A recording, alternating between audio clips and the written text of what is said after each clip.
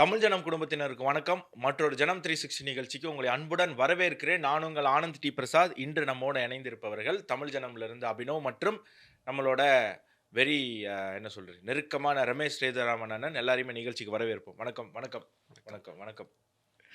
So நேரடியா topic போயிடும் அபினவ். முதல் டாபிக் ஒரு அரசியல் சம்பந்தமான டாபிக் என்ன அப்படின்றத பார்த்துருவோம். இந்த 12 தொகுதி வேண்டும், திமுகவிற்கு அழுத்தம் தருகிறாரா கமல்? அதாவது அழுத்துறாருன்னு தான் தெரியல. அவர் அழுத்துறது அளவுக்கு அவருக்கு சத்து இருக்கா அப்படின்னு தெரியல. ஏன்னா அவர் ஆல்ரெடி டார்ச் லைட் அழுத்தலாம்ல, சிம்பிள் வந்துருச்சு. அழுத்தங்கிறது டார்ச் லைட் அழுத்துறது தானா? சரி, ஓகே. ஏன்னா ஆல்ரெடி அவர் மக்கள் நீதி மையம், ரெட் ஜெயின்ஸ் மூவிஸ்னோட கூட்டணி வைத்து விட்டு தான் தேர்தலை சந்தித்து விக்ரம், அதுக்கப்புறம் தொடர்ந்து அமரன் போன்ற பல படங்களை வந்து வெளியிட்டதை நம்ம பார்த்தோம். ஸோ அப்படி இருக்கும்போது அவர் எதுக்காக கூட்டணி வச்சாரோ அது எல்லாமே வந்து அவருக்கு நிறைவேறிடுச்சு. இப்போ ரஜினியோட சேர்ந்து ஒரு படம் நடிக்க போறாருன்னு நினைக்கிறேன். அதோடைய பணிகளும் போயிட்டுருக்கு. அப்படி அவருடைய அரசியல் வாழ்க்கை நல்லா தான் போயிட்டுருக்கு. 12 தொகுதி வாங்கி அவர் என்ன பண்ண போறாரு அப்படின்னு தெரியல. ஏன்னா ஆக்சுவலி என்ன செய்தி அப்படின்னா 15 தொகுதிகளில் அவங்க நல்லா ஓட்டு வாங்கியிருக்காங்க போல இருக்குங்க. போன 2021 சட்டமன்ற தேர்தலில் மக்கள் நீதி மையம் ஒரு 15 தொகுதிகளில் கணிசமான வாக்குகள் வாங்கியிருக்கு. அதில் பெருவாரியான தொகுதி பார்த்தீங்கன்னா சென்னையை சுற்றி இருக்கக்கூடிய வேளச்சேரி, மயிலாப்பூர், சோலைங்கநல்லூர், நங்கநல்லூர், ஆலந்தூர் இது போன்ற பகுதிகளில் நிறைய ஓட்டு வாங்கியிருக்காங்க. கோயம்புத்தூரில் கொஞ்சம் ஓட்டு வாங்கியிருக்காங்க. 2019 நாடாளுமன்ற தேர்தலையுமே கோயம்புத்தூரில் நல்ல ஓட்டு வாங்கியிருக்கு. அப்போது ஒரு 10-15 தொகுதிகளில் அவங்க ரொம்ப நிறைய ஓட்டு வாங்கினதுனால அதில் ஒரு 12 தொகுதியை செலக்ட் பண்ணி திமுகவுக்கு அவங்க கொடுத்துருக்காங்க. என்னுடைய கேள்வி என்னென்னா, இது ஏன் திமுகவுக்கு கொடுத்தாங்க அப்படிங்கிறது தான். ஆக்சுவலி அவர் என்ன பண்ணியிருக்கணும், அதை எடுத்துகிட்டு போய் தாவேக்காட்ட தான் கொடுத்துருக்கணும். நான் இந்த ஒரு 12 தொகுதியில் எனக்கு நிறைய ஓட்டு இருக்கு, இந்த தடவை அதெல்லாம் உங்களுக்கு தான் வரப்போகுது, ஆனால் நீங்கள் கொஞ்சம் கான்சென்ட்ரேட் பண்ணுங்க அப்படின்னு சொல்லி. ஏன்னா விஜய் எப்போ அரசியல் கட்சி அறிவிச்சாரோ அப்போவே வந்து கமலஹாசன் வந்து இரலவெண்ட் ஆயிட்டார். இனி கமலஹாசனுடைய தேவை திமுகவுக்கு ஒரே ஒரு விஷயத்துக்கு தான், நாங்கள் பிராமணர்களுக்கு எதிரானவர்கள் அல்ல அப்படின்னு காட்டுறதுக்கு. ஆனால் அதுக்கு பிராமண துவேஷத்தை மூச்சுக்கு 300 தடவை உள்ளுக்குள்ளே அவருக்கு அதெல்லாம் கிடையாது. உள்ளுக்குள்ளே அவருக்கு வந்து அவர் வந்து பிராமணர்களை பார்த்தா சந்தோஷப்படுறவர் தான்.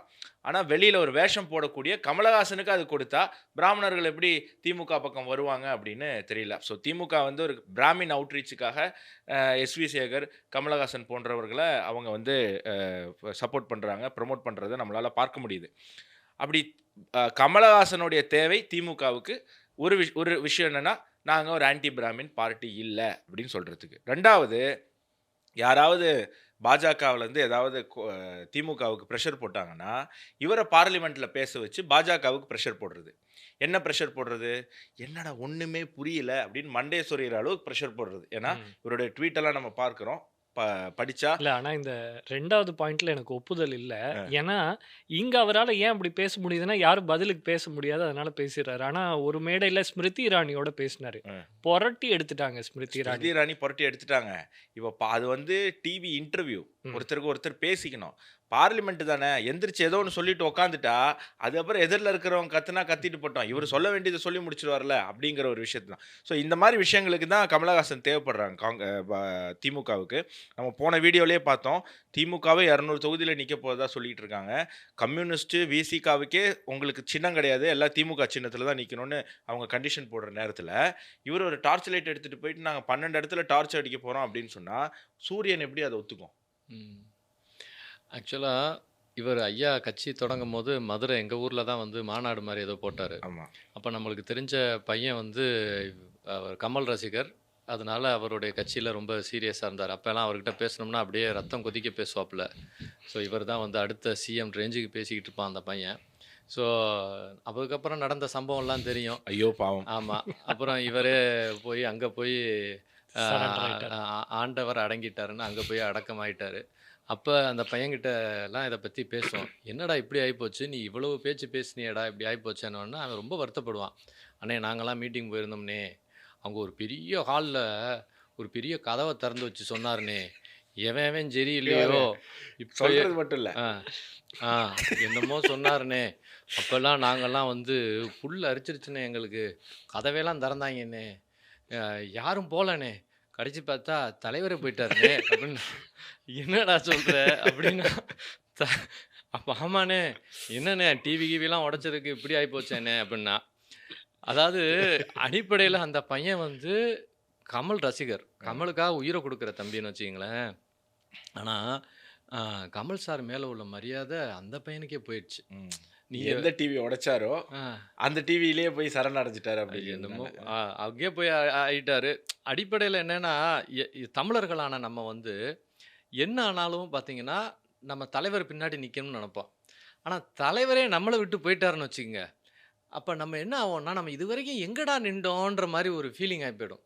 ஸோ, ஐயா மேல உள்ள மரியாதைலாம் ரொம்ப குறைஞ்சு போச்சு. மேலும் அவருக்கு வந்து ஒரு 2.5% இல்ல 2% ஓட்டு விழுந்ததுன்னு சொன்னாங்க. ஆமா. அந்த ஓட்டுமே எதுக்காக விழுந்ததுன்னா, அ ஆளும் வர்க்கத்தினருக்கு அகெயின்ஸ்ட் ஓட்டு தான் அவருக்கு வந்து ஆமா, விழுந்தது. ஆமா, ஆமா. ஸோ, அப்ப இவருக்கு அந்த மரியாதையும் இழந்த உடனே, அந்த ஓட்டு கட்டாயமா இந்த வட்டம் அவருக்கு விழுகுறதுக்கு வாய்ப்பே கிடையாது. அது திமுகவுக்கு நல்லா தெரியும். மேலும் திமுகல உள்ள முக்கியமான சில மனிதர்கள் கிட்ட நம்ம அப்பப்ப பேசுவோம் இல்லையா? அப்ப அவங்களுடைய வாக்கு என்னன்னா, இந்த வட்டம் வந்து ஹங் லெஜிஸ்லேட்டிவ் அசெம்பிளி வர்றதுக்கு வாய்ப்பு ஜாஸ்தி. ம், யாருக்குமே ஒரு சிங்கிள் மெஜாரிட்டி இல்லாம போகலாம். ம், அப்படி ஒரு சூழ்நிலை இருக்கலாம் அப்படின்னு சொல்லி அவங்க சொல்றாங்க. இது நமக்கு தெரியாது. ஸோ நம்ம ஜோசியக்காரன்ல வர்றது நம்மளுக்கு சொல்ல முடியாது. ஆனா அரசியல் வட்டாரத்துல உள்ள மிக முக்கியமான எக்ஸ்பீரியன்ஸ் உள்ள ஆளுங்க எல்லாரும் என்ன சொல்றாங்கன்னா, இந்த வட்டம் வந்து இந்த இந்த விஜய்ன்ற பையன் வந்து ஓட்ட பிரிப்பாப்ல. ஆனா ஜெயிக்க மாட்டாப்ல. ஆனா எல்லாரையும் இப்படி பிரிச்சு விடுறனால ஒரு ஹங் லெஜிஸ்லேட்டிவ் அசெம்பிளி வர்றதுக்கு வாய்ப்பு இருக்குன்னு. அப்படி ஆனா அந்த 2 எம்எல்ஏ 3 எம்எல்ஏ வச்சிருக்கிறவன் கூட அந்த இடத்துல வந்து பலசாலியான ஒரு ஆளா கிங் மாறுவான். மேக்கர் கிங் மேக்கரா ஆகக்கூடிய வாய்ப்பு இருக்கு. ம். அப்ப இத தெரிஞ்ச திமுக காரங்க உறுதியா கமலஹாசன் சாருக்கு அவர் கேட்கிற 12, 10, 5 கொடுக்க மாட்டாங்க. அப்படியே நாளைக்கு 3, 2 கொடுத்தா கூட என்ன சொல்லுவாங்கன்னா, நீ உதயசூரியன் சிம்பல்லே நில்லுன்னுவாங்க. ம். கட்டாயம் டார்ச் லைட் சிம்பல்ல எல்லாம் நீ நிக்க முடியாது. ஏன்னா நீ டார்ச் லைட் சிம்பல்ல நின்று ஜெயிச்சுப்ட்டு அப்புறம் ஜெயிச்சதுக்கு அப்புறம் ஹங் லெஜிஸ்லேட்டிவ் அசெம்பிளி வந்ததுன்னா, நீ எப்படி அவன் முதுகுல குத்திட்டு என் பக்கம் வந்து சேர்ந்தியோ, அது மாதிரி என் முதுகுல குத்திட்டு இன்னொருத்தன் பக்கம் போய் சேர மாட்டேன்னு எனக்கு என்னப்பா நிச்சயம்? நீ எங்க ரத்தத்தின் ரத்தமா? ரத்தத்தின் ரத்தங்களே நம்ப முடியல. காசு வாங்கினா ஓடி போயிருதுங்க. அப்ப இவரெல்லாம் வந்து கட்டாயமா எனக்கு தெரிஞ்சு இருக்கிற சூழ்நிலையை பார்த்தா உறுதியா இவருக்கு பெருசா சீட்டு கொடுக்க மாட்டாங்க. அப்படியே கொடுக்கறதா இருந்தாலும் ஒரு சில சீட்டு கொடுக்கறதாலும் உதயசூரியன்லயே நில்லுப்பான்னு சொல்லுவாங்கன்னு நாங்க நினைக்கிறோம் சார். இதுல என்னன்னா, இப்போ நமக்கு ஒரு கட்சி நடத்துறோம். நம்ம கட்சி இப்ப நான் ஒரு கட்சி நடத்துறேன். என் கட்சியில இருந்து அபினவ் என் கட்சியில இருக்காரு.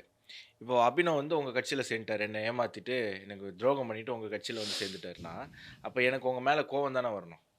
ம். என் கூட இருந்தவனை கூட்டிட்டு போயிட்டான். உங்க மேலயும் கோவம் வரணும். கூட இருந்தவர் மேலயும் எனக்கு அபினவ் மேலயும் கோவம் வரணும். மாறா அபினவ் அந்த கட்சி போயிட்டார். நம்மளும் போவோமேன்னு நானும் உங்க கட்சியில வந்து சேர்ந்தேன்.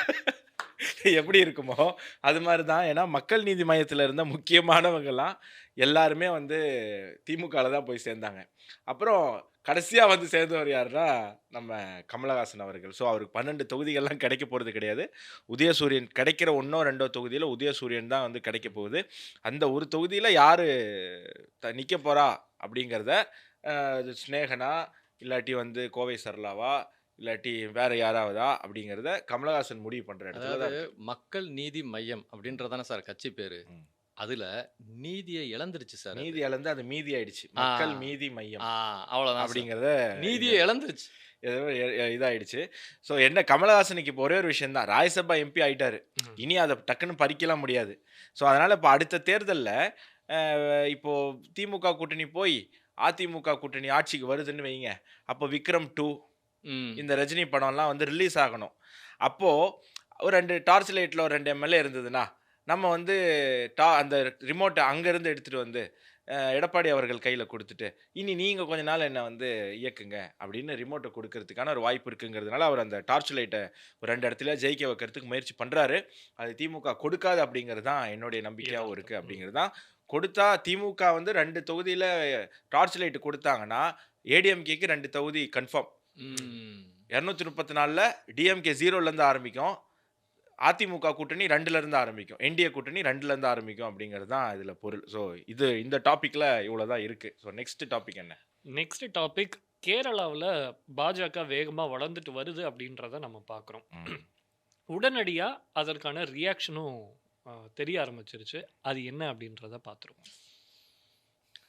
பள்ளிக்கூடத்தின் மீது எஸ்எஃப்ஐ தாக்குதல், அவமதிக்கப்பட்ட ஹிந்து மத சின்னம். அதாவது இந்த குறிப்பிட்ட பள்ளிக்கூடம் அப்படின்றது பாலக்காட்டில் இருக்கு. வியாச வித்யாபீட்டம் அப்படின்னு சொல்றாங்க. ஸோ அதாவது தர்மத்தை போதிக்கும் ஒரு பள்ளின்னு நம்ம வச்சுக்கலாம். தர்ம நெறியில் நடத்தக்கூடிய அங்க நடத்தப்படும் ஒரு சிபிஎஸ்இ மெட்ரிகுலேஷன் போன்ற போர்டு தான் அது. அங்க அது வந்து அதுதான் மதரசா கிடையாது. அதை நீங்க கண்டிப்பா புரிஞ்சுக்கணும். கண்டிப்பா. ஏன்னா தர்மத்தை போதிக்கும் அப்படின்னும் போது சில பேர் வந்து மதத்தை போதிக்கிறியா அப்படின்னு. தர்மம்ங்கிறது நெறி. நெறியில. ஆமா, அறம் அப்படிங்கறத நம்ம சொல்லிக்கணும். ஸோ அதுக்கு அந்த பள்ளிக்கூடத்தின் மேல எஸ்எஃப்ஐ தாக்குதல் நடத்தியிருக்கு. ஹிந்து மத சின்னம் அதாவது ஓம் அது வந்து அவமதிக்கப்பட்டிருக்கு. உடனே ஓம்ன்றது இந்து மத சின்னம்னா தமிழர்களுக்கு தொடர்பு இல்லைன்னு சொல்லிடக்கூடாது. ஏன்னா ஓம் அப்படின்ற பிரணவ மந்திரம் தான் முருகப்பெருமான் அப்படின்றது தான் தமிழர்களினுடைய நம்பிக்கை. எங்க வடநாட்டுல தேவநாகரியில ஓம் இருக்கும். தமிழ்நாட்டுல நம்முடைய ஸ்கிரிப்ட்ல ஓம் இருக்கும். அவ்வளவுதான் இப்ப வித்தியாசம். எதுக்கு போராட்டம்? ஸோ என்னன்னா பள்ளிக்கூடத்துல ஒரு மாணவி வந்து தற்கொலை பண்ணிக்கிட்டதா ஒரு செய்தி 21ஆம் தேதி. அந்த தற்கொலை ஏன் நடந்தது, எதற்காக அப்படின்ற எந்த விவரமுமே தெரிய வரல. ம். அதுக்கு உள்ளேயே இவங்களே ஒரு குற்றச்சாட்டை முன் வச்சுட்டாங்க. ஹிந்து ஸ்கூல்லாம் இப்படிதான் இருக்கும், அங்க மாணவர்கள் வந்து அடக்கி ஒடுக்கப்படுகிறார்கள் அப்படின்னு சொல்லி அதற்கு எதிராக நாங்க பொங்குறோம்னு சொல்லி வந்து இப்ப எந்த மாணவி இருந்தாலும் எஸ்எஃப்ஐ போராடிடுமா? ஏன்னா இந்த டாபிக் எடுத்ததுக்கு முக்கியமான காரணம், இது பார்க்கக்கூடிய இளைஞர்கள் நீங்கள் கல்லூரியில் படிக்கும்போது எந்த மாணவர் அமைப்பில் போய் வேணால் சேருங்க. ஒரு 4-5 மாணவர் அமைப்பு இருக்குது. SFI, ASF, campus front of India, இந்த மாதிரி பயங்கரவாதத்தை போதிக்கக்கூடிய சில ஸ்டூடெண்ட்ஸ் ஆர்கனைசேஷன்ஸ் இருக்குது. இந்த ஆர்கனைசேஷனோட நீங்கள் என்றைக்குமே அஃபிலியேட் ஆனீங்க அப்படின்னு சொன்னால் நீங்கள்லாம் ஒன்று ஒரு பயங்கரவாதியாகவோ, இல்லை ஒரு பிட் பாக்கெட்டாகவோ, இல்லை ஒரு திருடனாகவோ, இல்லை வந்து ஒரு கள்ளக்கடத்தல் செய்பவரானோ தான் மாறுவீங்க அப்படிங்கிறதுக்கு தான். ஏன்னா யார் சூசைட் பண்ணாலும் இவங்க வந்து போராட்டம் பண்ணிடுவாங்களா? அப்போது ஏன் தமிழ்நாட்டில் தஞ்சாவூரில் மைக்கேல்பட்டி அப்படிங்கிற இடத்துல ஒரு பொண்ணு லாவண்யா அப்படிங்கிற ஒரு பொண்ணு மதம் மாற்ற டார்ச்சர்னால சூசைட் பண்ணிக்கிட்டான்னு லெட்டர் எழுதி வச்சு இறந்து போயிருக்காங்க. அன்னைக்கு போராட்டம் பண்ணாங்களா? எங்கே போனாங்க எஸ்எஃப்ஐ? எத்தனையோ விவசாயிகள், எத்தனையோ மாணவிகள், எத்தனையோ மாணவர்கள் இன்னைக்கும் இங்கே இருக்கக்கூடிய அரசு பள்ளி ஹாஸ்டல்களில் தற்கொலை பண்ணுறாங்க. போராட்டம் பண்ணாங்களா? ஏன் பண்ணலை? அப்போது ஏன் இந்த பள்ளிக்கூடம் அப்படின்னா, இந்த பள்ளிக்கூடத்தில் ஹிந்து தர்மத்தை கடைபிடிக்கிறாங்க. அடிச்சா யாரும் கேட்கவும் முடியாது. ஏன்னா அங்கே கம்யூனிஸ்ட் கவர்மெண்ட். அப்போது ஹிந்து இன்ஸ்டிடியூஷன்ஸ் மேலே என்ன வேணால் பண்ணலாம். நம்ம பார்த்தோம் சமீபத்தில் 2-3 வருஷம் முன்னாடி தமிழ்நாட்டில் கள்ளக்குறிச்சியிலண்ணே ஒரு ஸ்கூலை என்னென்ன பண்ணாங்கன்னு நீங்கள் என்ன ஈரானு அங்கே எங்கெல்லாம் சொல்கிறீங்க. அதை விட மிகப்பெரிய ஒரு கலவரம் கள்ளக்குறிச்சியில் நடந்தது. ஆனால் அந்த கேஸ் என்னாச்சு? பெண்ணுக்கு நீதி வேணும்னு சண்டை போட்டாங்கல்ல, கொளுத்துனாங்கல்ல ஸ்கூலை. அந்த பெண்ணுக்கு நீதி கிடைச்சது. அந்த பொண்ணு இப்போ அந்த பொண்ணு பேர் உங்களுக்கு ஞாபகம் இருக்குமா? அந்த கல்லூரி அந்த பள்ளி பேர் உங்களுக்கு ஞாபகம் இருக்குமா? அந்த கலவரத்தில் ஈடுபட்டது இதே எஸ்எஃப்ஐ போன்ற அமைப்புகள் தான். இதில் இன்னொரு முக்கியமான விஷயம், இப்போ அந்த கேட்டில் ஒரு ஓம் இருக்குண்ணே. அந்த கேட்டில் இருக்கிற ஓமை பிடுங்கிட்டு ஒருத்தன் அது ஏதோ ட்ராஃபி மாதிரி ஏதோ அடிச்சு உடைச்ச மாதிரி தூக்கி காட்டுறான். அப்புறம் அது கீழே போட்டு மிதிக்கிறான். ஒரு வேளை அந்த கேட்டில் ஒரு பிறையோ ஒரு சிலுவையோ இருந்திருந்தா அதை பிடுங்கி இருப்பானா? அதை கீழே போட்டு மிதிச்சிருப்பானா? அப்போ எஸ்எஃப்ஐல இருக்கிறவனுக்கு அது செய்யக்கூடாது அப்படிங்கிற அறிவு இருக்கு. ஆனா ஓம் அப்படிங்கிறத பிடுங்கி கீழே போட்டு மிதிக்கணுங்கிற வெறி இருக்கு. அப்ப அந்த அமைப்பு மாணவர்களுக்கு என்ன சொல்லித்தராங்க? செக்குலரிசமா சொல்லித்தராங்க? நீங்க சொல்லுங்கண்ணே, இந்த விஷயத்தை நீங்க எப்படி பாக்குறீங்க? சார் இது 2 ஆஸ்பெக்ட் இருக்குது சார் இதில். ஒன்று வந்து நீங்கள் அந்த பசங்க போய் அந்த ஸ்கூலை அட்டாக் பண்ண விஷயம், அப்போ ஓமை பிடுங்கி போட்ட விஷயத்தை பற்றி ஒன்று. 2வது ஃபஸ்ட்டு சூசைடுன்ற விஷயத்தை பற்றி நீங்கள் சொல்லியிருந்தீங்க. ஏன்னா சமீப காலங்களில் மீடியாவில் பார்த்தீங்கன்னா இந்த சூசைட் சம்மந்தமான விஷயங்கள் கூடிக்கிட்டே இருக்குது. மேலும் அன்னைக்கு ஒரு முக்கியமான ஒரு தகவல் வந்து Tamil Nadu is becoming the suicide capital of India அப்படின்ற ஒரு, அதாவது தமிழ்நாட்டில் தான் இந்தியாவிலேயே அதிகமான கவர்னர் சொன்ன விஷயம். ஆமாம், சூசைடு அதிகமாக நடக்குது அப்படின்ற ஒரு விஷயமும் தகவலோட எடுத்து சொன்னாங்க. ஸோ ஃபஸ்ட்டு நம்ம சூசைட் அப்படின்ற அந்த விஷயத்தை நீங்கள் சொன்னனால பப்ளிக் இதில் அதை பற்றி பேசுகிறது அவசியம் நான் நினைக்கிறேன் சார். ஸோ ஃபஸ்ட்டு மனிதர்கள் எதுக்காக சூசைட் பண்ணுறாங்கன்னு சொல்லி ரிசர்ச் பண்ண விஞ்ஞானிகள், சைக்காலஜியை பற்றி படிக்கிற விஞ்ஞானிகள் என்ன சொல்கிறாங்க, 2 காரணம் தான் இருக்குதான் மனிதன் சூசைட் பண்ணுறதுக்கு. 99% சூசைட் எல்லாத்துக்குமே இந்த 2 காரணம் தானா. காரணம் ஒன்று என்னென்னா செல்ஃப் பிட்டி, சுய பச்சாதாபம். காரணம் 2வது என்னென்னா செல்ஃப் ஹேட்ரட், சுய வெறுப்பு. ஒரு மனிதன் தன்னைத்தானே வெறுக்கிறதோ, இல்ல தன்னைத்தானே ஐயோ! இப்படி ஆயிட்டியேடா அப்படின்னு தனக்குத்தானே பச்சாதாபம் பெறுறதுனால தான் சூசைட் நடக்குது. இது 2க்கும் என்ன காரணம் வேணாலும் இருக்கலாம். ஆனா, இந்த 2னால தான் சூசைட் பண்றான். அத நம்ம மறந்துறக்கூடாது. நம்ம குழந்தைகளோ, நம்ம கூட இருக்கிறவங்களோ, நம்ம நம்ம பக்கத்துல இருக்கிற ஃப்ரெண்ட்ஸோ, யாராவது ஒருத்தவங்க தன்னைத்தானே வெறுக்கிற மாரி ஒரு சூழ்நிலையிலயோ, இல்ல தன்னைத்தானே பச்சாதாபம் பண்ணக்கூடிய சூழ்நிலை இருக்கிறதாக நமக்கு தெரிஞ்சதுன்னா, அவங்க கூட அதிக நேரம் செலவு பண்ணி, அவங்க பேசம்போது நம்ம காது குடுத்து கேட்டாலே 90% சூசைட் பண்ணக்கூடிய சூழ்நிலைய நம்ம தடுத்துற முடியும். அதே மாரி இதுக்கு முன்னாடி ஒரு தடவ அவங்க சூசைடல் அட்டெம்ப்ட் பண்ணியிருந்தா, 2வது தடவ அவங்க சூசைட் பண்றதுக்கு வாய்ப்பு ஜாஸ்தின்னு சொல்றாங்க. ஏன்னா, சூசைட் பண்ணி இறந்து போனவங்க இருக்காங்க இல்லையா? முக்காவாசி பேரு 2வது தடவ இல்ல 3வது தடவ அட்டெம்ப்ட் பண்ணி தான் செத்துருக்காங்க. அப்போ தடவ அவங்க பண்ணும்போதே, ஓ! இவங்களுக்கு இந்த குணம் இருக்கு அப்படின்றத நம்ம வந்து ஐடென்டிஃபை பண்ணா, அத வந்து பெரிய லெவல்ல தடுக்கலாம். ஏன்னா, ம். தமிழ்நாடு சூசைட் கேப்பிட்டலா இருக்கு அப்படின்றது நம்ம எல்லாத்துக்குமே ரொம்ப கவனமான விஷயம். சில பெரிய ஆக்டர்ஸோட பசங்கள்லாம் கூட இப்படி சூசைட் பண்ணிக்கிறாங்கன்னு கேட்கும்போது ரொம்ப வருத்தமா இருக்கு. இவ்வளோ பணக்காரங்க, இவ்வளோ நல்லா இருக்கிறவங்க ஏன் இப்படிலாம் அப்படின்னு. ஸோ அடிப்படையில இந்த சூசைட் விஷயத்த நம்ம ரொம்ப குளோரிஃபை பண்ணக்கூடாது அப்படின்னு நான் நினைக்கிறேன் சார். நிச்சயமா. அது 1. ஆனா தமிழ்நாட்டுல குளோரிஃபை தானே பண்றாங்க. அது பண்றது பெரிய தவறான ஒரு விஷயம். ஒரு சூசைட் பண்றத ஹீரோத்தனம்னு காமிக்க ஆரம்பிச்சோம்னா, அது மாரி ஒரு கேவலம் எதுவும் கிடையாது. மேலும் ஹிந்து மதம், சனாதன தர்மத்தில சூசைட் பண்றதுன்றது மிக கொடூரமான பாவ செயல். ம். மறந்துறக்கூடாது. ம். அதனால தயவு செய்து சூசைடல் டெண்டன்சி இருந்தா நம்ம ஹிந்து மதத்துக்கு நேர் விரோதமான ஒரு இல்ல சூசைட் பண்ணிக்கணும்னு எண்ணக்கூடியவங்களுடைய பிரச்சனை தீராது. அவங்க மனிதனா இருந்தா கூட அந்த பிரச்சனைய சால்வ் பண்ணி அதுலேருந்து கடந்து வந்துரலாம். இறந்துட்டா இறந்த உடனே ஆத்மாவும் சாந்தி அடையாது. அவங்க வந்து பிரேதமா சுத்திக்கிட்டு இருக்கணும். அவங்க பிரச்சனையே சால்வ் ஆகாது. ஸோ அதனால சூசைடுங்கிறது ஒரு தீர்வே கிடையாது. உயிரோட இருந்தா அந்த பிரச்சனைய சால்வ் பண்றது தான் தீர்வு அப்படிங்கிறது தான். நீங்க 2வது பாயிண்ட் சொல்லுங்க. 2வது என்னன்னா, ஹிந்து மதத்த பத்தி கேவலப்படுத்துறது அப்படின்றது ஒரு ட்ரெண்ட் ஆயிப்போச்சு சார். ம். தமிழ்நாட்டிலயும் சரி, கேரளாலயும் சரி. இப்ப பார்த்தீங்கன்னா, நடுவுல வந்து இந்த 2ஜி ராஜா ஒருத்தர் ஐயா இருந்தார் பாருங்க. ம். அவர் வந்து ஹிந்து மதத்த பத்தி எவ்வளவோ கேவலமா பேசி இது பண்ணாரு. அப்புறம் அந்த கப்பல் துறை அமைச்சரா பழைய ஆளு ஒருத்தர் இருந்தார்ல, அவர் பேர் என்ன சார்? TR Baalu sir. அவர் வந்து நான் வந்து விஷ்ணு அது பேர் என்ன? சரஸ்வதி 100 கோயில வருஷ உடைச்சேன். கோயில். 100 வருஷ கோயில் சரஸ்வதி கோயில உடைச்சேன். மகாலட்சுமி கோயில, பார்வதி கோயில உடைச்சேன்னு பெருமையாலாம் கிரெடென்ஷியல் மாரி சொன்னாரு. பெருமையாலாம் வந்து மக்கள் மத்தியில அப்படியே பேசினாரு. இதே இது வந்து அவர் வேற ஒரு மாற்று மதத்துடைய ஒரு பிரேயர் இத உடைச்சேன்னு ஒரு பிரேயர சொல்லுவாரா சார்? அ இல்ல உடைச்சிட்டு அவரு சொல்றாரு. அப்படி உடைச்சும் அந்த தொகுதியில நான் ஜெயிச்சேன் ஆ. அப்படின்றாரு. அப்ப அவர் என்ன நினைக்கிறாங்கன்னா, நம்ம ஹிந்து மக்களா, அவங்களுக்கு சூடு சொரணே இருக்காது.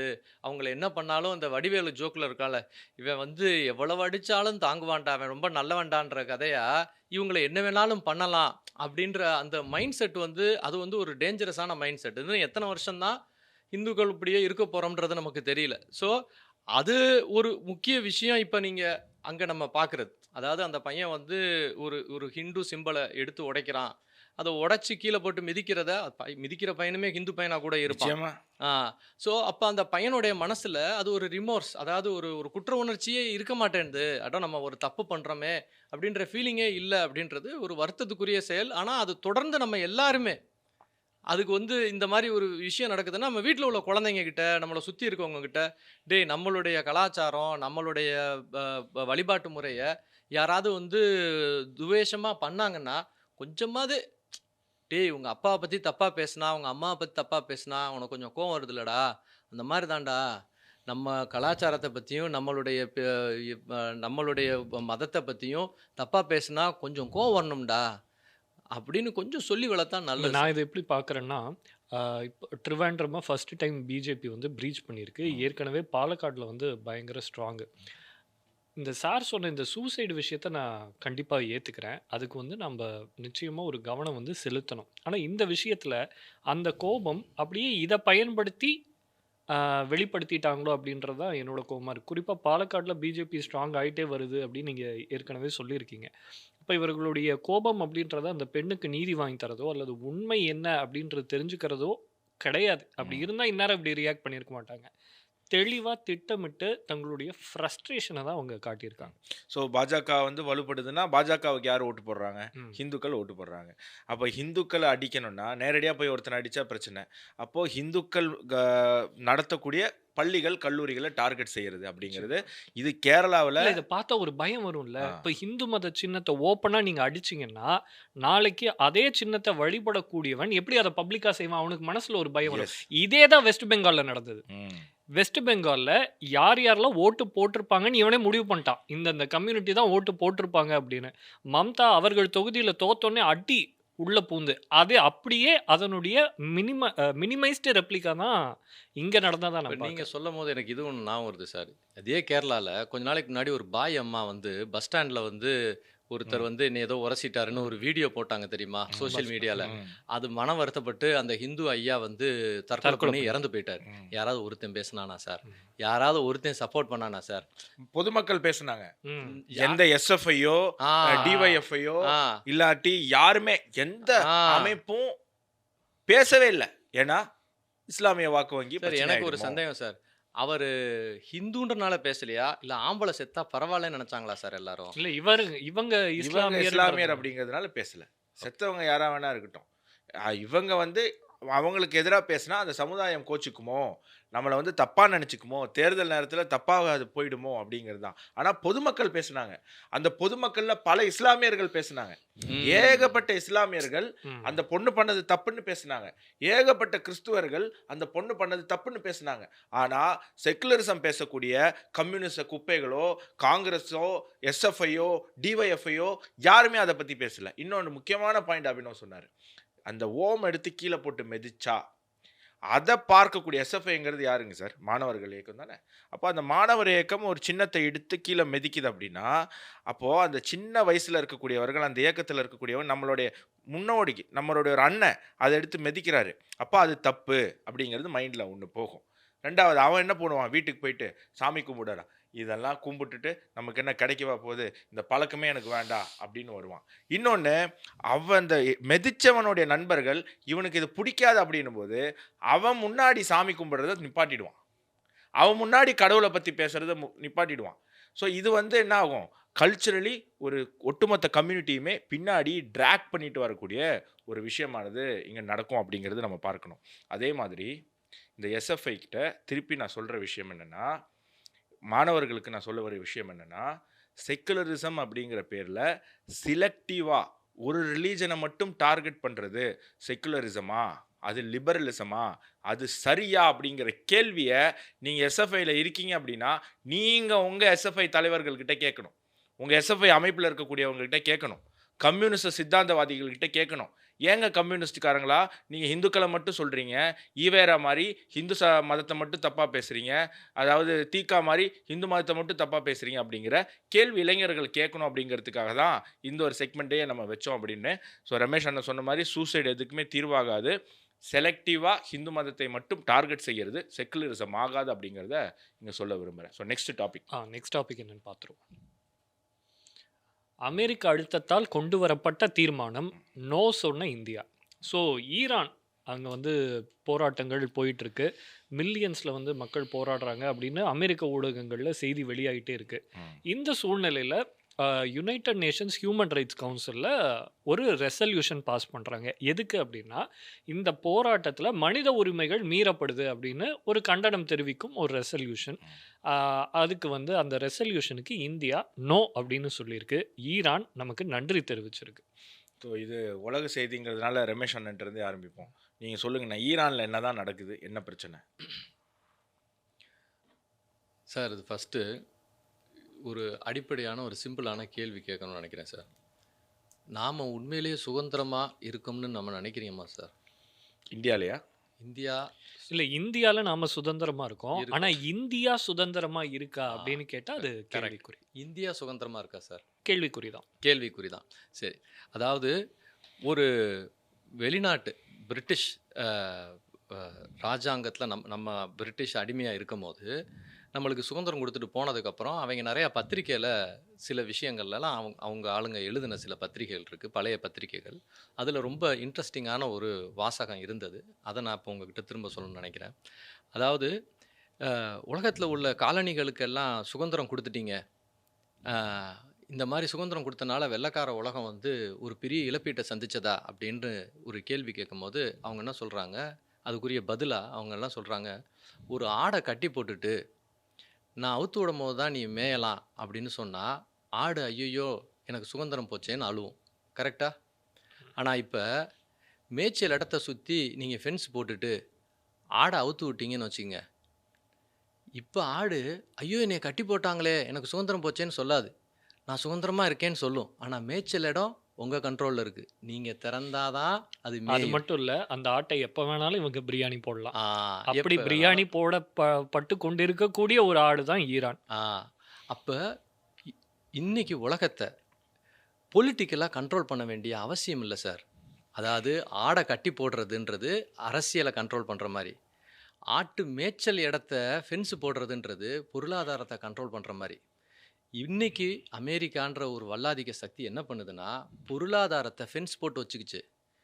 நீங்கள் சுதந்திரம்னு ஒரு கற்பனையை தூக்கி வச்சுக்கிட்டு உங்களுக்கு வேண்டிய பிரதமரை செலக்ட் பண்ணிக்கிங்க, நீங்களா சுதந்திரமாக இருக்கிறேன்னு கற்பனை பண்ணிக்கிங்க. ஆனால் பொருளாதாரம் ஏன் கண்ட்ரோல் அப்படின்னுது.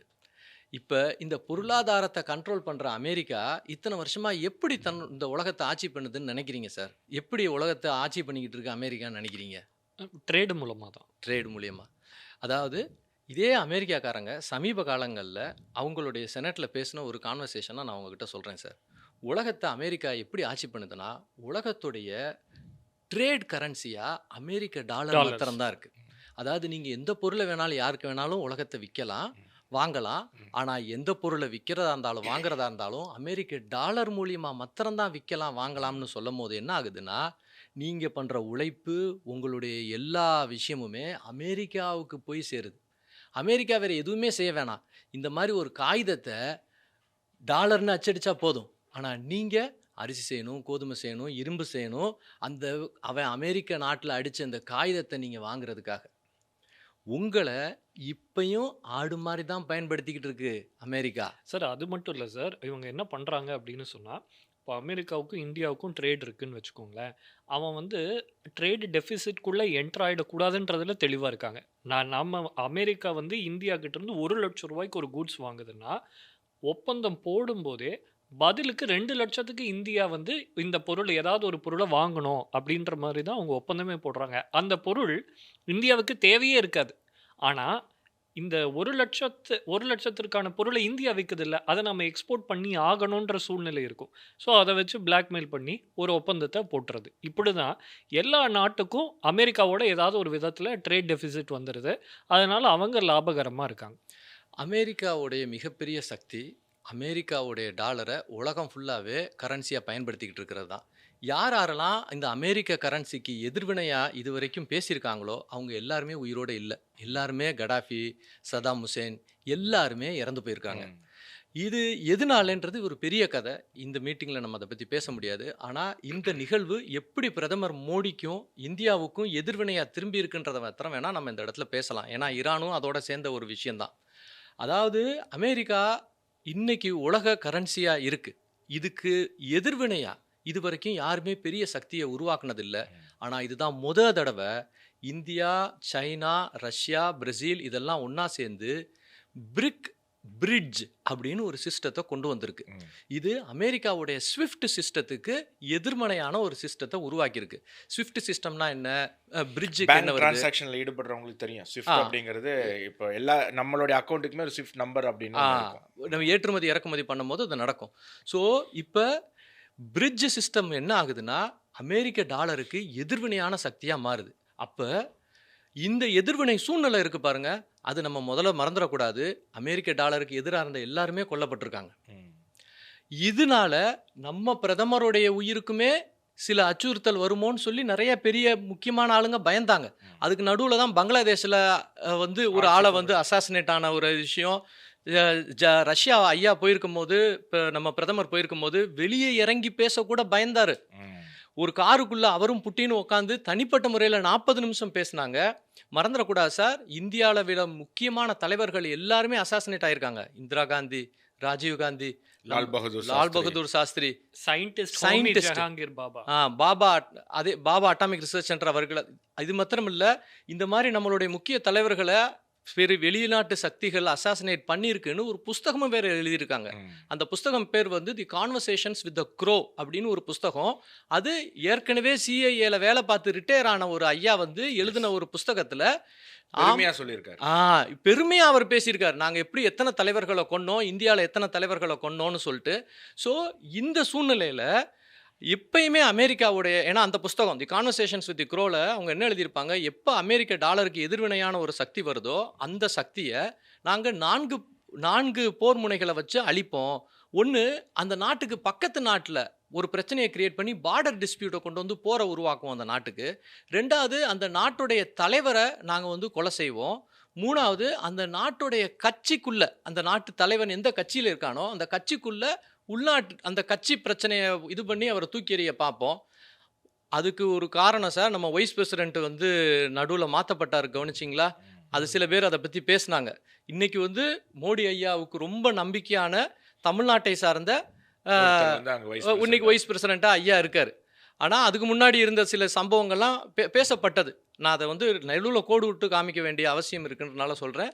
அதே மாதிரி அந்த நாட்டு மக்களுக்குள்ளேயே நாங்கள் புரட்சியை கிளப்பி, இந்த மாதிரி கம்யூனிஸ்ட் புரட்சி, இந்த மாதிரி சில ஜென்சி புரட்சி இதெல்லாம் கிரியேட் பண்ணி அந்த நாட்டு சட்டத்தின் மேலே அந்த மக்களுக்கு அவநம்பிக்கை இருக்க மாதிரி நாங்களே கிரியேட் பண்ணுவோம். இதெல்லாம் அந்த புஸ்தகத்தில் எழுதுனதை நான் சொல்கிறேன். அப்போ இந்த 4 யுக்திகளை அமெரிக்கா இதுக்கு முன்னாடி தொடர்ந்து பயன்படுத்தி இருக்கு. இன்னைக்கு இந்தியாவை தேடி எல்லா முக்கியமான தலைவர்களும் ஒரு 15 நாளைக்குள்ள வந்திருக்காங்க. இப்போ நீங்கள் பார்த்தீங்கன்னா யூஎன்னுடைய அட்மினிஸ்ட்ரேட்டிவ் ஹெட்ஸ் எல்லாரும் வந்துட்டாங்க. இந்த 15 நாளைக்குள்ள நடந்த சம்பவம். அதே மாதிரி ஜெர்மன் சான்சலர் வந்துட்டாரு. பிரெஞ்சு அதிபர் வர்றதுக்கு டைம் இது பண்ணிட்டு போயிருக்காரு.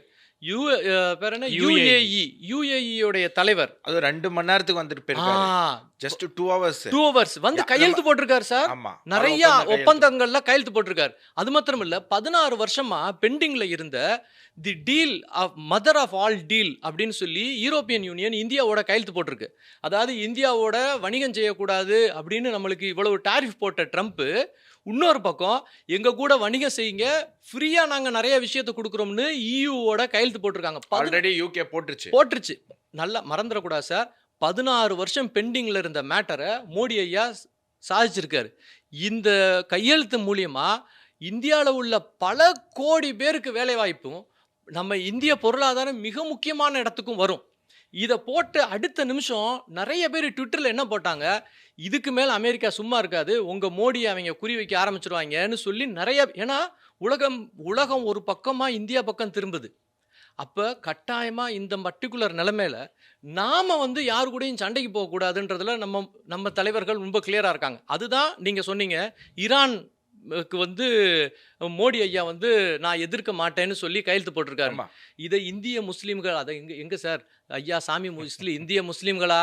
தயவு செய்து மோடியை அப்பப்போ கழுவி ஊத்துறீங்களே, ஆர்எஸ்எஸ் தப்பு, மோடி தப்பு, பிஜேபி தப்புன்னு கொஞ்சம் யோசிச்சு பாருங்க ஐயா. இந்த ஆளு ஈரானு எதுக்கணும்னு அமெரிக்கா சொல்லும் போது இல்லை நாங்கள் ஈரான் பக்கம் நிற்போம்னார். இதே மாதிரி காசாவை எதுக்கணும் அமெரிக்கா சொல்லும் போது இல்லை காசாவுக்கு சப்போர்ட் பண்ணி நாங்கள் 2 ஸ்டேட் சொல்யூஷனில் கையெழுத்து போடுறோம்னு யூஎன்ல போய் போட்டு வந்தார். என்னையா சாமி யோசிச்சு பாருங்க. ஆனால் இங்கே இருக்கிறவன்லாம் இவர் என்னமோ முஸ்லீமுக்கு விரோதின்றாங்க. ஆனால் தொடர்ந்து இஸ்லாமியர்களுக்கு உலக சம்பந்தமான எல்லா விஷயத்துலையுமே இஸ்லாமிய நாடுகள், இஸ்லாமிய மக்களுக்கு சாதகமாக தான் சார் பிஜேபி நிற்கிறாரு. மறந்துடக்கூடாதுன்னு நான் நினைக்கிறேன் சார். இல்லை, அது அவங்களுக்கு தெரியாது மேட்ரு அப்படின்னு.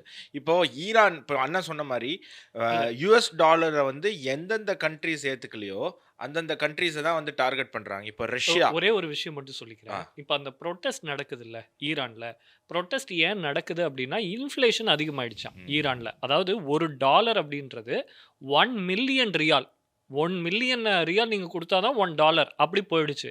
ஆனால் ஈரான் ஏன் அப்படி வந்ததுன்னா இவங்க தான் சாங்ஷன் போட்டாங்க. ஈரானினுடைய பெட்ரோலை விற்க முடியாத ஒரு சூழ்நிலையை இவங்க தான் உருவாக்குனாங்க. அங்க இருக்கக்கூடிய ஃபாரின் ரிசர்வ்ஸ் டிப்ளீட் ஆனதுக்கு இவங்க தான் காரணம். இவங்களே அதை கிரியேட் பண்ணி, இவங்களே ப்ரொட்டஸ்ட்டை உருவாக்கி, இவங்களே பதட்டத்தையும் உருவாக்கி, இவங்களே தீர்மானமும் போடுறாங்க. இல்லை, ரஷ்யாவுக்கு போ நான் ஒன்று கேட்குறேன். அமெரிக்கா இருக்குது, அமெரிக்காவுக்கு மேலே கனடா இருக்குது. சைனா வந்து கனடாவோட ஒரு ஒப்பந்தம் போட்டு சைனா ராணுவத்தை எடுத்துட்டு வந்து கனடால நிப்பாட்டினா அமெரிக்கா என்ன பண்ணும்? என்ன கனடா பண்ணும்? மேல படை எடுத்துரும். எடுக்குமா? அப்ப நீங்க நாட்டோவை எடுத்துட்டு போயிட்டு ரஷ்யாவுடைய அண்டை நாடான உக்ரைன்ல நிப்பாட்டினா ரஷ்யாக்காரன் பார்த்துட்டு சும்மா இருப்பானா? அப்போ அமெரிக்கா என்ன பண்ணுது, எந்தெந்த நாடுகள் அண்ணன் சொன்ன மாதிரி யாரெல்லாம் இந்த டாலரை வந்து ஏத்துக்கலையோ அந்த கண்ட்ரீஸை டார்கெட் பண்றதுக்கு உக்ரைன்ல நாட்டோவை கொண்டு போய் நிக்க வச்சு உக்ரைனையும் நாசம் பண்ணியாச்சு, ரஷ்யாவை செலவு பண்ண வைக்குது, ம். மிலிட்ரி எக்ஸ்பென்சஸ்க்காக செலவு செய்ய வைக்குது, போர்ல வந்து ரஷ்யாவை ஈடுபட வைக்குது. யாரு? இதே அமெரிக்கா தான். இல்ல அது ஈரான்ல வந்து இதே மாதிரி டாலர் சாங்ஷன்ஸ் போட்டு அந்த நாட்டை வந்து சீர்குலைச்சு அந்த நாட்டை எப்படியாவது இன்ஃப்ளேஷனில் தள்ளி சொந்த நாட்டு மக்களையே அந்த அரசாங்கத்துக்கு எதிராக ஈரான் அரசு மீதோ அவங்களுடைய சட்டத்தின் மீதோ எனக்குமே உடன்பாடு இல்லை. ஆனால் அது அந்த நாட்டு சட்டம். அந்த நாட்டு சட்டம் பிடிக்கலன்னா அந்த மக்கள் இயல்பாக அந்த நாடு செல்வ செழிப்போடு இருக்கும்போதே போராடணும். அப்போ அந்த சட்டமும் அந்த ரூல்ஸ் அண்ட் ரெகுலேஷனும் எனக்கு பிடிக்கலன்னு ஏற்றுக்கலாம். நீங்கள் வந்து ஒரு செயற்கையான ஒரு போராட்டத்தை உருவாக்குறது இது அமெரிக்கா பல இடத்துல பண்ண முயற்சி பண்ணியிருக்கு. ஈரான்லேயும் அதான் பண்ணிட்டு இருக்கு. இப்போ பிரிக்ஸ் பிரிட்ஜில் இந்தியாவும் சைனாவும் மிகப்பெரிய ஒரு பங்கு வகிக்குது. அப்போ சைனாவை நேரடியாக எதுவும் பண்ண முடியாது. இந்தியா இப்போதான் வளர்ந்துக்கிட்டு வருது. வளர்ந்துக்கிட்டு வர்றதுனால இந்தியாவை சீண்டி பார்க்கலாமான்னு அமெரிக்கா பார்க்குது. லெஃப்ட் ஹேண்டில் ரொம்ப சரியா டீல் பண்ணிட்டு இருக்காரு மோடி. உக்ரைன் பத்தி சொன்னீங்க. உக்ரைன்ல வந்து இந்த விஷயத்த பண்ணணும் அப்படின்னு. ஒப்பந்தத்தை மீறி இருக்கு அமெரிக்கா. அதாவது சோவியத் யூனியன் பிரேக்கப் ஆனம்போது, ஃபார்மர் சோவியத் யூனியன் ஸ்டேட்ஸ் எதெல்லாமோ, அதாவது முன்பு சோவியத் யூனியன்ல இருந்து சுதந்திர நாடாக மாறின எந்த நாட்டையும் இவர்கள் வந்து நேட்டோல இணைக்கக்கூடாதுன்னு ஒப்பந்தம் இருக்கு. அந்த ஒப்பந்தத்தை மீறி இவங்க வந்து உக்ரைனை நேட்டோல இணைப்பேன்னு சொல்றாங்க. இப்போ அது இணைக்க முயன்றதுனால இப்ப யாருக்கு அதிக நஷ்டம்னா உக்ரைனுக்கு தான் நஷ்டம். ஜெலன்ஸ்கி அந்த நாட்டு மக்களை நடுத்தெருவுல நிறுத்தி அவரு முட்டாளாயிட்டாரு. அதனாலதான் இப்ப போரை நிறுத்த முடியல. போரை ஏன் போட்ட அரசியல்வாதிகள் நம்பாதீங்க. போரை ஏன் நிறுத்த முடியல அப்படின்னு சொன்னா உக்ரைனுடைய வளங்களை எடுத்துக்கிட்டு உக்ரைனை ஒரு தங்களுக்கான பேஸா மாத்தணும்னு அமெரிக்கா விரும்புது. ரஷ்யா நோனோ உக்ரைன் வந்து எங்களுடைய நியூட்ரல் ஸ்பேஸா இருக்கணும்னு ரஷ்யா விரும்புது. இந்த ரெண்டுலையும் இப்போ இதை வந்து ஜெலன்ஸ்கி ஒத்துக்கிட்டாருன்னு வைங்களேன், அவர் வந்து கிளியர் கட்டா தோத்து போன அரசியல்வாதின்னு ப்ரூவ் ஆயிடும். அவரால் அதை ஏத்துக்க முடியாது. யாருனாலையுமே இப்போ போரை நடத்த முடியல. அன்வில்லிங்கா போர் போயிட்டு இருக்கு. ஆனா இதை எப்படி நிறுத்துறதுன்னு ஜெலன்ஸ்கிக்கும் தெரியல. இதனால தான் அந்த யுத்தம் தொடர்ந்துகிட்டே இருக்கு. மக்கள் செத்துக்கிட்டே இருக்காங்க. மொத்தத்துல அமெரிக்காவினுடைய அரசியல்னால உக்ரைன் மக்களும் ரஷ்ய மக்களும் தான் பலியாயிட்டு இருக்காங்க. நிச்சயமா அந்த உக்ரைன் ரஷ்யா போரா இருக்கட்டும், அது நான் பல தடவை சொல்லிட்டேன். அந்த போரை நிறுத்தும் ஆற்றல் இந்தியா அப்படிங்கிற நாட்டுக்கு தான் இருக்கு. அந்த இந்தியாவை தலைமையா இருக்கக்கூடிய பிரதமருக்கு தான் இருக்கு அப்படிங்கிறத பல இடத்துல நம்ம சொல்லியிருக்கோம். ஸோ ஈரான்லேயுமே கிட்டத்தட்ட ஒரு உள்கட்சி உள்ள வந்து ஒரு போராட்டத்தை கிளர்ச்சியை தூண்டி விட்டு அந்த நாட்டு அரசியே வந்து இவங்களுக்கு மக்களுக்கு எதிராக கொலை பண்ண வச்சு அதை வந்து ஒரு நம்பராக எடுத்துகிட்டு வந்து வெளியே ப்ரொஜெக்ட் பண்ணி ஈரான் ஏதோ ரொம்ப மோசமான ஒரு நாடு, அங்கே நடக்கக்கூடிய ஆட்சி மோசமான ஆட்சி அப்படிங்கிறத சித்தரித்து அதன் மூலமாக உலக நாடுகளை வந்து ஈரானுக்கு எதிராக வாக்குப்பதிவு பண்ண வைக்கலாம் அப்படின்னு அமெரிக்கா நினச்சிது. ஆனால் இந்தியா ரொம்ப தெளிவாக இருக்குது. ஈரானில் அமெரிக்காவினுடைய பப்பட் கவர்மெண்ட் வந்தது அப்படின்னு சொன்னால் ஈரானில் இப்போ இருக்கிற ஆட்சி மாறணுமா? என்ன கேட்டால் மாறணும். இப்போ இருக்கிறது ஒரு டிக்டேட்டர்ஷிப் தான், அதில் எனக்கு மாற்றே கிடையாது. ஆனால் அதற்கு மாறாக அமெரிக்காவினுடைய பப்பட் கவர்மெண்ட் வரணுமானா இல்லை, அது இன்னும் மோசமாயிடும். அங்கே உண்மையான டெமோக்ரஸி வரணும். ஸோ அங்கே அமெரிக்காவுடைய பப்பட் கவர்மெண்ட் வர்றதும் இப்போ இருக்கக்கூடிய டிக்டேட்டர் இருக்கிறதும் ரெண்டு ஒன்று தான். அந்த நாட்டு மக்களுக்கு எந்த பிரயோஜனமே கிடையாது. முன்னாடி ஈராக்ல பார்த்தோம், இவங்க தான் பப்பட் கவர்மெண்ட் வச்சிருந்தாங்க. இப்போ ஈராக் எங்க இருக்கு? சிரியா என்ன ஆச்சு? டிக்டேட்டர்ஷிப்ல தான் இருந்தது. ஆனால் மக்கள் நிம்மதியாக இருந்தாங்க. இப்போ என்ன ஆச்சு? இவங்க கடாஃபி லிபியா அந்த நாடு இப்போ எப்படி இருக்கு? இந்த டிக்டேட்டரே பரவாயில்லன்னு மக்கள் அழுகுறாங்க. சார் இன்னைக்கு தேதி என்ன சார்? 24. 24 பாசிபிளாக இன்றைக்கி நைட்டு இல்லைனா இந்த வாரத்துக்குள்ளே போர் ஆரம்பிக்க வாய்ப்பு இருக்குன்னு சொல்லி நிறைய ஊடகங்கள் சொல்கிறாங்க சார். ஏன்னா முக்கியமான கப்பல்கள் வந்து எல்லாமே ஈரான் பக்கம் போயிடுச்சு. அது வந்து கப்பல் வந்து கடலில் இருக்கும் போது எந்த இடத்துல இருக்குன்னு சொல்லி ஒரு ஜிபிஎஸ் இதை வந்து கொடுக்குமா? அது எல்லா நாடுகளுக்கும் அது தெரியுமா?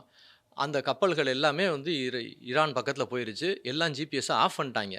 அப்படின்னா என்னன்னா, போர் தொடங்க போதுன்னா மாத்திரம் தான் எப்பயுமே போர்க்கப்பல்கள் தன்னுடைய இருக்கும் இது இடத்த வந்து ஆஃப் பண்ணுமா. அப்படின்னாலே ஏதோ ஒரு போர் தொடக்க வாய்ப்பு இருக்குன்னு சொல்றாங்க. அது மட்டும் இல்ல. யுகேக்கு இந்தியன் ஓஷன்ல ஒரு பேஸ் இருக்கு. அதாவது மாலத்தீவினுடைய ஒரு தீவு. அந்த தீவு யுகேவோட கண்ட்ரோல்ல இருக்கு. யுகே அத திருப்பி தரப்போறதா அனவுன்ஸ் பண்ணியிருந்தாங்க. அமெரிக்கா பிரஷர் போட்டு அத ஸ்டாப் பண்ணிருக்கு. ஏன்னா, அந்த இடத்துக்கு இம்மீடியட்டா ஒரு மிலிட்டரி யூசேஜ் இருக்கு அப்படின்றத இல்ல அமெரிக்கா இப்போ இப்போ புரிஞ்சுக்கிச்சு. கொஞ்ச நேரத்துக்கு முன்னாடி கூட அங்கருந்து பாம்பர் ம். ஏரோப்ளேன்லாம் வந்து கிளம்பிருச்சு அப்படின்னு சொல்லி இப்ப நியூஸ்ல வந்தாங்க. அது பேர் என்ன சார்? அந்த B2 தீவு பாம்பர். B2வா? அந்த தீவு பேர் வந்து அப்ப ஸ்ரீலங்காவுக்கு கொஞ்சம் கீழ இருக்கு. ஆமாமா. ம். ஸோ அந்த இப்ப விஷயம் என்னன்னா, நான் இன்னைக்கு நைட்டு இல்ல நாளைக்கு இல்ல இந்த வாரத்துக்குள்ள போர் வாய்ப்பு இருக்குன்றாங்க. அதுக்காக போர் தொடங்கலைன்னா நீ ஏன் தொடங்கலைன்னு சொல்லாதீங்க. தொடங்கக்கூடாதுன்னு தான் நாங்களும் நினைக்கிறோம். ஆனா வாய்ப்பு இருக்குன்னு சொல்றாங்க. ஏன்னா கத்தார்ல வந்து அமெரிக்கன் பேஸ்ல இருக்கிற எல்லா சோல்ஜர்ஸையும் ரிமூவ் பண்ணிட்டான். ஏன்னா அவன் அட்டாக் பண்ணுவான்னு நம்பி. இப்ப இஸ்ரேலும் அதுக்கு தகுந்தாப்புல இது பண்ணியிருக்கான். இப்போ ஒரு ஒரு 3 மணி நேரம் 4 மணி நேரத்துக்கு முன்னாடி ஒரு 4 புள்ளி சம்திங் ரிக்டர் ஸ்கேல்ல இருக்கக்கூடிய ஒரு நிலநடுக்கம் வந்து ஈரான்ல கவனிக்கப்பட்டது அப்படின்னாங்க. ஒரு 4 மணி நேரத்துக்கு முன்னாடி வந்த நியூஸ். மேபி அதுக்கு நேத்து நியூக்ளியர் டெஸ்ட் பண்ணியிருப்பாங்களோ? மேபி நியூக்ளியர் டெஸ்ட் பண்ணியிருக்கலாம். ஏன்னா லெஸ் தென் 4 ரிக்டர் ஸ்கேல்ல வந்ததுனால நியூக்ளியர் டெஸ்ட் இருக்கலாம் அப்படின்னு சொல்றாங்க சில எனக்கு பேர். இது வேற புரியல. இப்போ அமெரிக்காவ தவிர வேற எந்த நாடுமே நியூக்ளியர் வெப்பன் வச்சுக்கூடாதா? எனக்கு அந்த லாஜிக்கே புரியல. இப்போ வரைக்கும் ஆக்சுவலி இந்தியா மேல என்ன இல்ல அப்ப ஏன் குற்றச்சாட்டு? பாகிஸ்தான் கிட்ட நியூக்ளியர் வெப்பன் வைக்க விட்டுருக்காங்க? சோ அமெரிக்கா ஆ என்ன சொல்லுதுன்னா, இஸ்லாமிக் கண்ட்ரி கிட்ட இருக்கக்கூடாது. வெப்பன் இருக்கக்கூடாதுன்னு. அப்ப எதுக்கு நீ பாக் பார்க்கும்போதெல்லாம் இழுக்கிறியா அந்த ஷெபாஸ் ஷெரீஃப்? அவங்க நாட்டுல மட்டும் எதுக்கு நியூக்ளியர் ம். வெப்பன் வச்சுக்கிறதுக்கு நீ அனுமதிக்கிற? அப்படிங்கிற கேள்வி. ஏன்னா இந்தியால இவ்ளோ சாங்ஷன் போட்டீங்களே, பாகிஸ்தான் நியூக்ளியர் வெப்பன உருவாக்கும்போது எங்க போயிருந்தீங்க? ம். இப்போ இந்தியா வந்து இந்த நியூக்ளியர் நான் ப்ராலிஃபரேஷன் ட்ரீட்டில கையெழுத்து போட்டு ஆகணும் அப்படின்றது அமெரிக்காவோட ஸ்டாண்டு. அதுக்கு டெம்பரரியா எது தடையா இருக்குன்னா, நாம அமெரிக்காவோட இந்த சிவில் நியூக்ளியர் டீல் வந்து போட்டுக்கிட்டோம். அதனால அவன் அமைதியா இருக்கான். ஆனா, இந்த நியூக்ளியர் நான் ப்ராலிஃபரேஷன் ட்ரீட்டின்றது என்னன்னா, இப்போ அமெரிக்காவும் நியூக்ளியர் வெப்பன் வச்சுக்கிறான். இந்தியாவும் வச்சுக்கிட்டோம். அது தப்பில்ல. ரெகக்னைஸ்டு நியூக்ளியர் பவர்ன்னு நம்மள ரெகக்னைஸ் பண்ணிடுவாங்க. ஆனா, ஒவ்வொரு குறிப்பிட்ட ஆண்டுக்கு ஒரு முறை நம்மளோட நியூக்ளியர் ஸ்டாக் பைல்ல இருக்கிற அணு ஆயுதத்த நம்ம அழிச்சிரணுமா. ம். இவன் 8000 நியூக்ளியர் வெப்பன் வச்சிருக்கான். இவன் வருஷத்துக்கு 1000 அழிச்சாலும், இன்னும் அவன்கிட்ட 7000 இருக்கும். நம்மகிட்ட 100 தான் இருக்கும். வருஷத்துக்கு 100 அழிக்க சொல்லிடுவான். நாம வந்து டீநியூக்ளியரைஸ்டு ஸ்டேட்டா மாறிடுவோம். இதுதான் இவனுடைய பாகிஸ்தான் மட்டும் நோக்கம். நியூக்ளியர் வச்சிருக்கோம். வச்சிருக்கணும். நம்ம கையில லாலிபாப் தந்துருவாங்க. இதத்தான் இந்தியா சொல்லுது.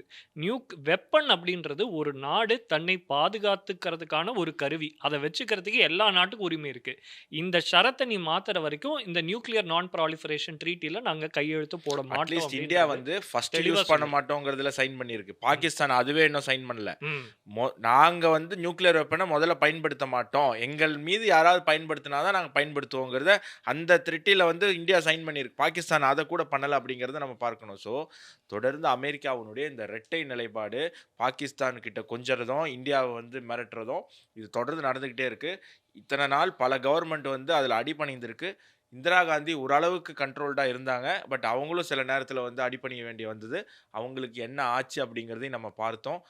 தற்பொழுது பிரதமரும் அந்த மாதிரியான ஒரு இக்கட்டான சூழ்நிலையை தான் கடந்து போயிட்டு இருக்காங்க. இந்த நேரத்துல ஒவ்வொரு இந்தியரும் செய்ய வேண்டிய ஒரே ஒரு விஷயம், நம்ம வேலைய செஞ்சுகிட்டு, நம்மளால நம்ம நாட்டுக்கு என்ன ஒரு உபயோகரமா இருக்க முடியும் அப்படிங்கிறத சிந்திக்கணுமே தவிர, இந்த நேரத்துல உள்நாட்டு அரசியல், உள்நாட்டு கலவரம்னு ஒரு ம். முட்டாள்தனமான முடிவ நம்ம எடுத்தோம் அப்படின்னு சொன்னா, பிரச்சனை வந்து மோடிக்கு இல்ல. மோடி சன்னியாசி. "அப்படியாங்க? என்ன பிடிக்கலையாங்க? சரி போங்கன்னு" அவர் போயிடுவாரு. இமயமலைக்கு போயிடுவாரு. பனிமலையில உட்காந்துக்கிட்டு அவர் தபஸ் பண்ணிட்டு இருப்பாரு. உங்களுக்கும் எனக்கும் கார் வாங்கணும், வீடு கட்டணும், கல்யாணம் பண்ணணும், குழந்தை பெத்துக்கணும், குழந்தைய ஸ்கூலுக்கு அனுப்பணும், குழந்தைய வந்து வேலைக்கு அனுப்பணும். இவ்வளோ கனவு வச்சிருக்கோம். மோடி போயிடுவாரு கிளம்பி. "சரிங்க என்ன பிடிக்கலையா? வேணாங்க. சரி நான் போயிடுறேன். நீங்க பார்த்துக்கோங்கன்னு." ஆனா அமெரிக்கா சொல்ற மாரி டீப் ஸ்டேட் சொல்றதெல்லாம் கேட்டுட்டு, இங்க நம்ம ரொம்ப வாலாட்டணும் அப்படின்னு சொன்னா, திருப்பி நம்ம இப்ப 4வது பொருளாதாரமா இருக்கக்கூடிய இந்தியா, அப்படியே 40வது இடத்துக்கு சார் தயவு செய்து தொடர்ந்து அப்படி போயிடும். சொல்லக்கூட வேணாம் சார். நம்ம இனிமே நல்லா இருப்போம்னே சொல்லுங்க இல்ல. சார். நான் வந்து மக்களுக்கு வந்து புரிதலுக்காக சொல்றேன். ஸோ இந்த சோசியல் மீடியால வர ரீல்ஸு நான் சில பேர் இருக்காங்க. இந்த சோசியல் மீடியால ஒருத்தர் ரீல்ஸ் போடுவாரு. இப்படி உட்காந்துப்பாரு. கம்ப்யூட்டர பார்த்த மாரி சைடுல கேமரா வச்சுக்கிட்டு, "என்ன ஆகுது தெரியுமா? இந்த அதிகார வர்க்கம் என்னன்னு தெரியுமா? இப்படி பண்றாங்க தெரியுமா? அப்படி பண்றாங்க தெரியுமா?" அப்படின்னு இந்தியன் கவர்ன்மெண்ட் மீதும், இந்தியன் இன்ஸ்டிடியூஷன்ஸ் மீதும் ஒரு அவநம்பிக்கை ஏற்படுத்தக்கூடிய ஒரு வேலைய டீப் ஸ்டேட் பல ஆண்டுகளா ட்ரை பண்ணிக்கிட்டே இருக்கு. இப்ப அது பெனட்ரேட் பண்ணிக்கிட்டே இருக்கு.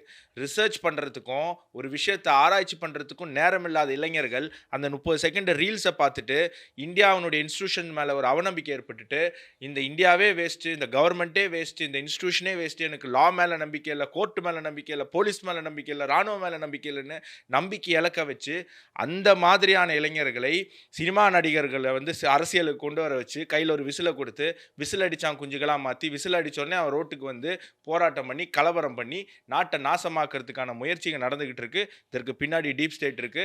அந்த மாதிரியான ஒரு விஷயத்தை நம்ம பண்ணக்கூடாது. பிரதமர் மோடி இப்பொழுது உலக சக்திகளை செம்மையா கையாண்டுட்டு இருக்காரு. இந்திரா காந்தி ஒரு தடவை அந்த மாதிரி பண்ணிக்கிட்டு இருந்தாங்க. அந்த நேரத்தில் இந்திரா காந்திக்கு இங்கே உறுதுணையாக இருக்க முடியாமல் போயிடுச்சு பல பேரால். நம்ம இப்போ மோடி அதை செய்யும்போது மோடிக்கு நம்ம மோடியை பிடிக்கணும் பிடிக்கலங்கிறதெல்லாம் ரெண்டாவது. அவர் ஒரு பிரதமராக ஒரு விஷயம் பண்ணும்போது நம்ம அவர் கூட நிற்கணும் அப்படிங்கிறத இதன் மூலமாக நம்ம சொல்லிக்க விரும்புகிறேன். ஸோ இன்றைக்கும் நிறையா விஷயங்கள் நம்ம வந்து விவாதித்தோம், பேசணும், நிறையா பண்ணோம். தமிழ் ஜனம் சேனலை சப்ஸ்கிரைப் பண்ணாமல் இந்த வீடியோ பார்த்துட்டு இருக்கீங்கன்னா மறக்காமல் சப்ஸ்கிரைப் பண்ணிவிட்டு தொடர்ந்து இந்த வீடியோவை பாருங்கள். இன்னொரு நிகழ்ச்சியில் சந்திப்போம். நன்றி, வணக்கம், ஜெய்ஹிந்த்.